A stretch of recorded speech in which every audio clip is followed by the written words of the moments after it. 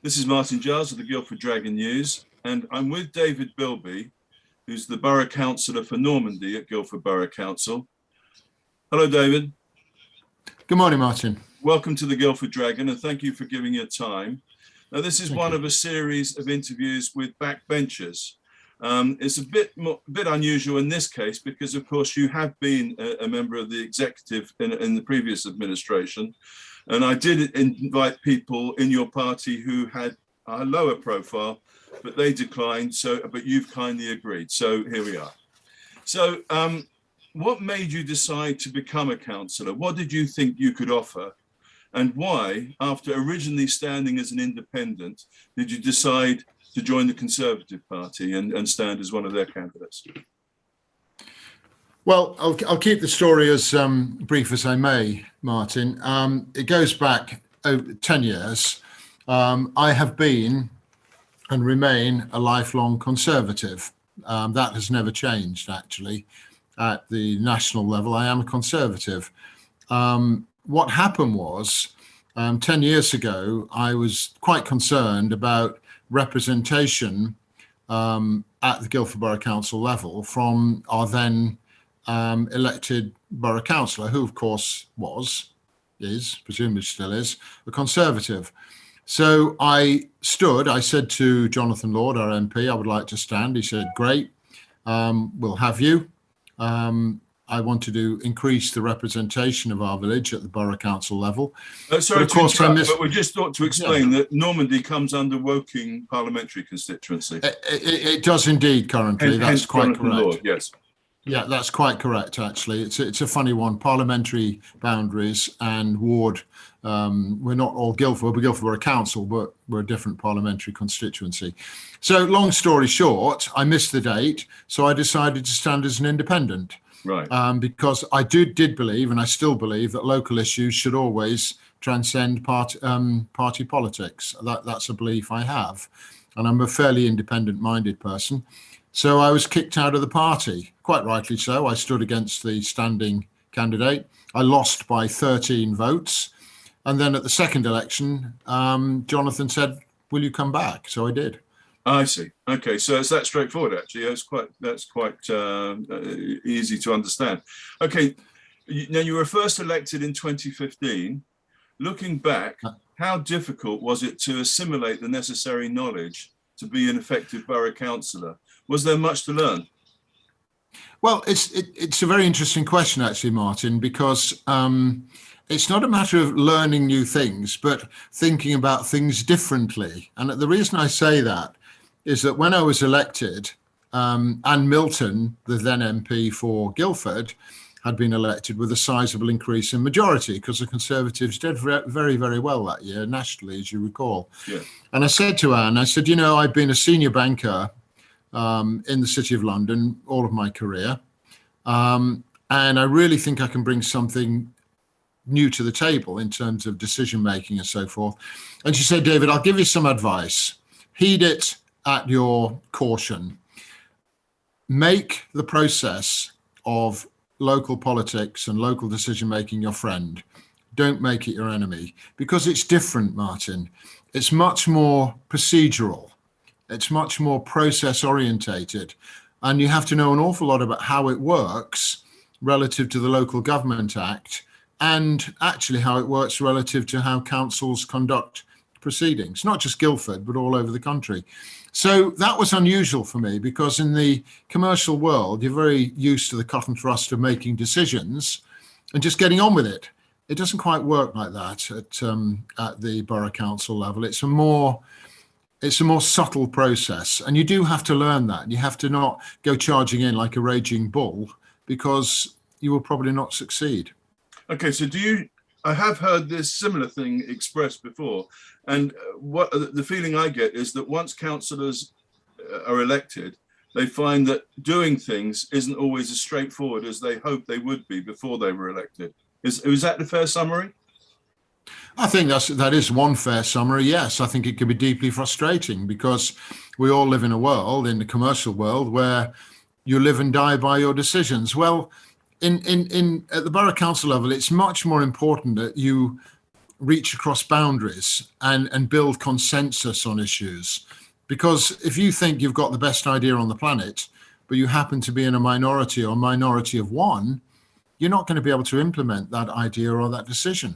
So you've got to bring people with you, across parties, because, what have we got? 48 councillors, and you've got to carry a majority, because if you don't carry a majority, a decision will not, be taken in favour with what your great idea might be. And that takes some getting to know, across the board. And it can be deeply frustrating. Okay, well, that's a nice segue to the next question, actually, I've got for you, which is, after 6 years now as a councillor, do you think political parties are beneficial to local politics, or do they have some malign impact, causing unnecessary friction? Well, that's what I call in my profession a leading question, Martin, and it's a good one, actually. I've always believed. We're not in court, David, so I can ask a leading question. I know. I jest. I jest. What I would say to that is that I said in my first comments that I don't believe there's much room for party politics at the borough council level. I do believe that. And I'll give you a prime example of that. When earlier this year, Normandy Parish Council went into, and you're very aware of this, into complete meltdown. It disappeared, effectively. A number of councillors were injected to run the council up until the May elections for several months. I was chairman of the parish council. And what it was two Conservatives, one GGG, and a Lib Dem and an R4GV independent. And we worked very well. I was chairman. We were very clear about what we wanted to achieve, and we worked as people. We didn't work as parties. There's a very famous quote, actually, I think it's Tom Brown's School Days: people are not nations. They're not. People are not parties. People are people. And they either work together as people or they don't. I do believe that some councillors get a little bit of and I'm not going to point fingers or name names, but I certainly experience it. Some councillors get a misguided view that somehow sometimes I think that they feel that they're the cabinet of the British government. They're not. We're borough councillors. Our first priority, in my view, is to our local ward. It's not the only priority, but it's our local ward that elected us to represent them. So, we've got to represent those people as best we can at the borough council level. So I don't believe there's much room for politics. However, that said, we have a lot of politics at the moment, and it's getting in the way of, I think, good working practice. I do believe that. Okay. I mean, some people would say that what you've said there applies to your party as well as others. That some of your colleagues may have ranked too highly their party allegiance over their local allegiance. Do you agree? Well, I think that may well be, Martin. I wouldn't exempt any person in my comment. Actually, I wouldn't. I wouldn't want to make it specific, but I do believe the principle of working across boundaries as people is more important than working as a party. Now, there is an exception to that. I mean, if you are part of a party which also happens to be the ruling party for the country, and we've got a Conservative government, then it does help. There's no question about that. I wouldn't say it fixes anything, but it does help. If you want to have access to a minister or an MP, although that said, I mean, I work incredibly, and I always have worked very well with Jonathan Lord, our MP, the MP for Woking, and I've had experience, of course, of other MPs in the Guildford area. But, I think that is an area where it can be beneficial, because otherwise, what we're seeing at the moment is politics have taken too strong a hold. You can't remove it, but it's taken too strong a hold on proceedings, in my view. Okay, I'd like to pursue that, but I'm mindful of our readers' time. And so let's go on. You quickly became a member of the executive. Did you enjoy the promotion and the new role? Well, I'll be going to be clear. Maybe this is just me. I've never seen joining an executive or doing anything in life other than whether I'm using my skills to the best degree possible. That sounds a bit sort of, perhaps might sound a little sanctimonious. It's not meant to be, actually. I was asked to join the executive because it was felt by the leader that I could bring something to the table. And as you know, my portfolio was economic development, tourism, and at one stage also environment, although that was a very brief thing. I think somebody like me who's got good commercial experience can bring a lot to the table when it comes to thinking about economic development. But I never saw it as a prize. And I think that's very important where we sit now, because surely you would always wish to use the best skills in any capacity. You always want the best team, the best skills, the best people. It's not really just because you've got a Conservative or another tag on your forehead that somehow you should not be included in that.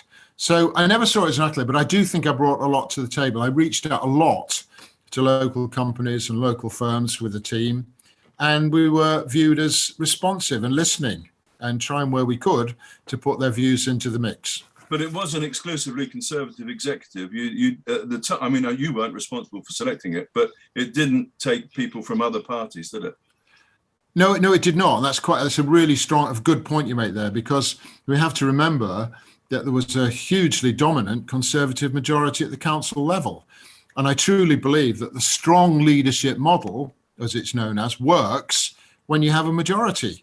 When you don't have a majority, I think that rule goes out the window, because there is no one party that's in a majority. And the only way that a majority can be kind of created is when you have these sort of agreements between Lib Dems and R4GV, which give them an effective majority. But all it's done is excluded other skills from other parties. And I don't see that as a strong leadership model. I see that as a weak leadership model, to be honest. Okay, but you didn't include, for instance, Caroline Reeves in the your party didn't, or your leader didn't at the time, which could have allowed for more consensus, couldn't it? Well, I think there's a couple of things there. Firstly, I reiterate the strong Conservative majority. I mean, if any one party had a majority like the Conservatives, I would not be making these comments, because the strong leadership model goes with a strong majority. That's my view. Okay. But secondly, I would say that Caroline and others were communicated with on a regular, full and transparent basis. So I would argue, they may deny it, but I would argue that they would never feel that they were kept out of the loop, and their opinions were solicited on an inclusive basis, because that's what you have to do. You have to, said earlier, you have to bring people along with you. Okay, there's another point about the popular vote, but again, we haven't got much time. So you were a supporter of the local plan during that period. Yeah. Do you think it was democratic to adopt the plan just days before an election in which unhappiness about the plan was clearly expressed and resulted in the worst result for your party in living memory? Well, Martin, again, great question. Let's unpick that a little bit. Firstly, the Conservatives got pummeled for two reasons. They got pummeled because of the local plan, and they got pummeled because of Brexit. And we shouldn't forget that. The party was unpopular because of the number of factors. The fact is, the unpopularity of the plan was unpopular 2 years before the plan was adopted, was unpopular before it was voted through, and remains unpopular now. And I'm afraid to say, no matter what plan you put together, no matter what plan, you always have this level of unpopularity. But if the process from planning policy and the allocation of land and the considerations are dealt with openly and transparently, which they were, and people were on local plan panels, cross-party, which they were, and that it was voted through not just by the Conservative majority, many other members, including Caroline, voted for the plan. So it went through. It went through. Now, the timing, what's the timing? I would argue that if you'd done it 3 months before or 3 months later, it wouldn't have made any difference. The same criticisms would have come through. And what's been leveled here is, you just sneaked it through because you knew there was an election. Well, I'm afraid to say that shows a complete denial of how the process works, because we're now reviewing the plan. And we're reviewing the plan, and for good reason. So I don't think it was anything. It always was going to be unpopular. and it remains unpopular because all local. And if you went to any area that's got housing in it and say, we're taking those out, they say, wow, what a great plan. Okay, I haven't got any housing in my ward. A lot of this is driven by people who are looking at it, in my view, from a NIMBY point of view and a factional point of view, not from a big picture point of view. Okay, but there was a development in Normandy taken out of the plan, wasn't there? There was, and there were developments in other parts of the borough taken out. And the reason that was taken out was A46, popularly known, was 1,100 houses driven by Taylor Wimpey saying, you know, let's go up from 800 to 900 to 1,100. We'll throw in a school. Well, there is no need for a school. We don't need a school. We've got plenty of schools. So that reduced some of the popularity of that. Okay, but my point is that what's NIMBYism to one person might be just looking after your backyard to another. I think you should lobby hard. I think you should put your points forward. But I think at the end of the day, if you have belief in the process and the competence of the officers and planning policy and the allocation of land, then you've got to go with that. You know, I can't argue for or against Blackwell Farm. You know, but I've heard the arguments made that it's somebody's in the pocket of the university. Well, I've seen no evidence of that, none at all. Okay. Now, you mentioned about the review, and your group, I think, has a united view. Correct me if I'm wrong, that there should be a review. Do you accept that there's a higher risk, of higher housing targets being imposed through the review process? I would say yes, Martin, but I don't know what that risk is. You know, we've got to remember that R4GV, Liberal Dems and Conservatives are all saying it should be reviewed. And we need to be clear here. The reason it should be reviewed is the whole original plan, the foundation of it was infrastructure that's adequate to support the plan. Yeah. And the main part of that infrastructure, of course, is transportation and traffic. Well, yeah, so because we're not seeing that infrastructure change and investment to support the plan, then it should be reviewed. And I think that the current leadership should be a bit clearer about that, because I don't remember them ever saying in any of their manifesto that, oh, well, yes, we'll review the plan. Oh, by the way, voting population, you may see more housing for Guildford. I think they always assumed that somehow review of the plan and the criticism of the statistics that were about housing growth and number of population in the Guildford area was going to be a lower number. Well, that's not necessarily the case. There could well be a higher number. And I think the current leadership ought to get their act together and start being a bit clearer with people about what the implications of this review really mean. Okay. But as you say, the plan was predicated on certain infrastructure improvements. Correct.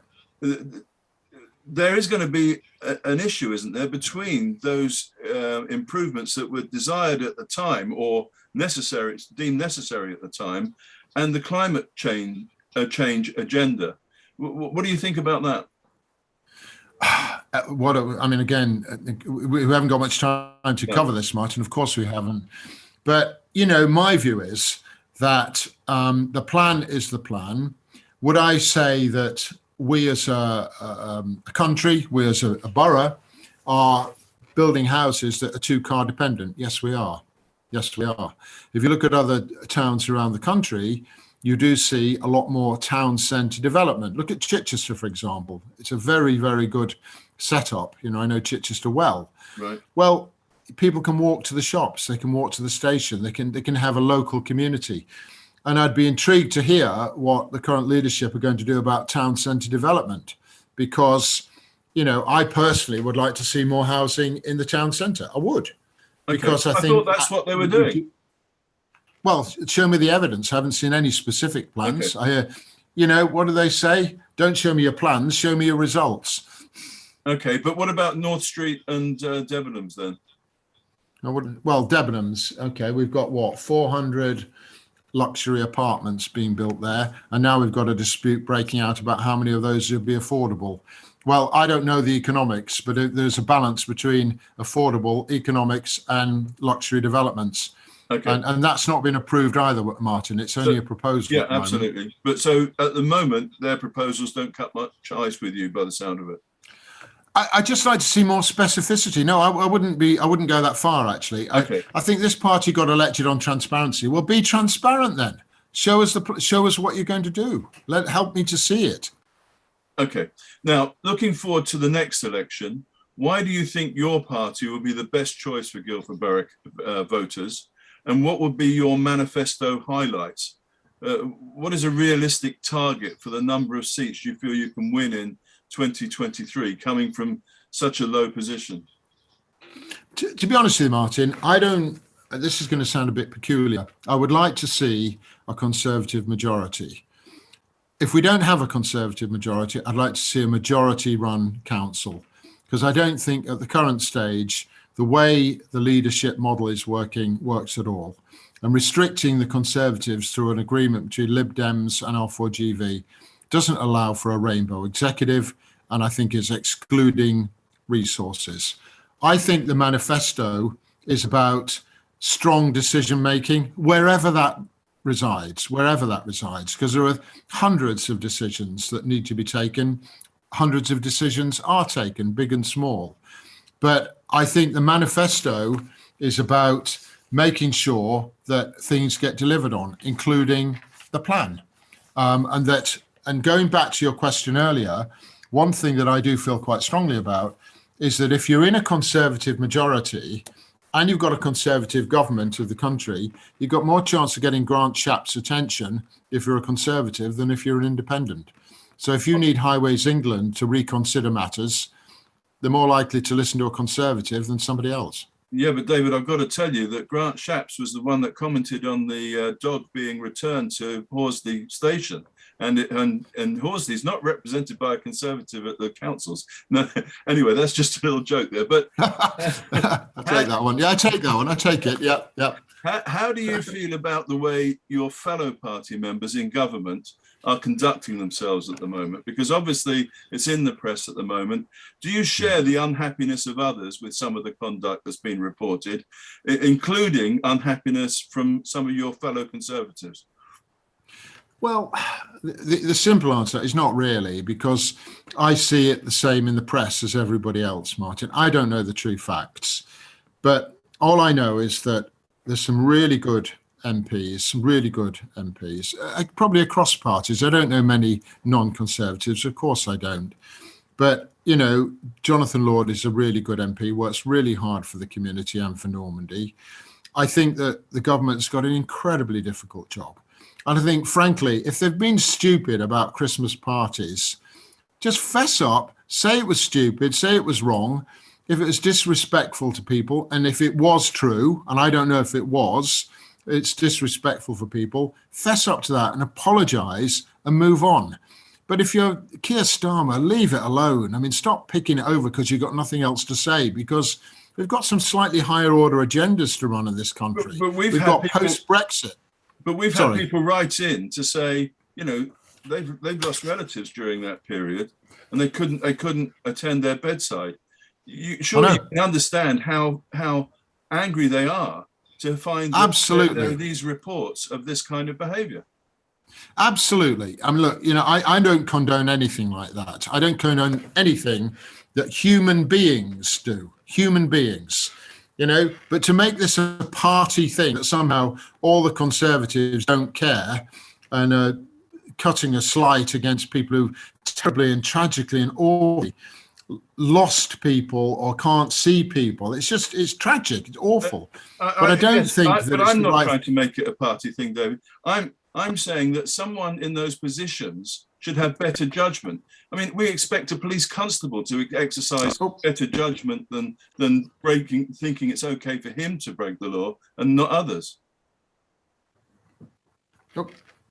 Sorry, did you hear me there? Look, Martin, I can't condone it. I did, yeah. I can't condone it because I'm not close enough to the facts. All I know is that, you know, of course, political parties are going to make political hay. I don't know how much of this goes. All I know is if it's true, and it would appear to be true, accept it on the chin, say it should not happen, and the sternest action will be taken to make sure that people recognize what they've done is wrong. And let's have done it we do it in life with our children, you know, not the sternest way, but if you do it wrong, you make out it's wrong and you say, I'm really sorry. Yeah. Wrong thing to happen. And then, but try and stay focused on the bigger agenda. That's my view. Okay. Councillor David Bilbe, thank you very much for your time. I thought it was an interesting interview. I hope others do too. And I look forward to speaking to you in the future. Thank you, Martin. Thank you very much. Thank you.